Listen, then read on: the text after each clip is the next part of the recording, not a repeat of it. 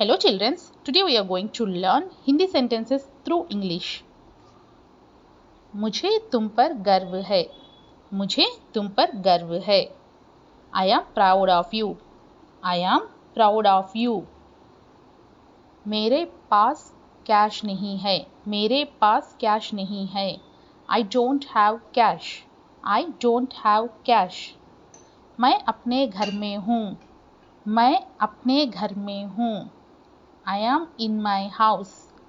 I am in my house. मैं कक्षा में बैठा हूँ. मैं कक्षा में बैठा हूँ. I am sitting in the class. I am sitting in the class. मैं जल्दी में हूँ. मैं जल्दी में हूँ. I am in a hurry. I am in a hurry. मैं तुमसे कुछ पूछ रहा हूँ. मैं तुमसे कुछ पूछ रहा हूँ.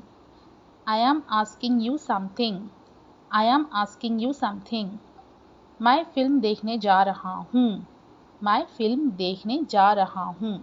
I am going to movie. I am going to movie. मुझे तुमसे इसकी उम्मीद नहीं थी. मुझे तुमसे इसकी उम्मीद नहीं थी. I did not expect this from you. I did not expect this from you. क्या मैं अंदर आ सकता हूँ? क्या मैं अंदर आ सकता हूँ? May I come in? May I come in? एक बात कहूँ क्या? एक बात कहूँ क्या? May I say something? May I say something? फालतू की बात मत करो. फालतू की बात मत करो. Don't talk nonsense. Don't talk nonsense. मुझे गुस्सा मत दिलाओ.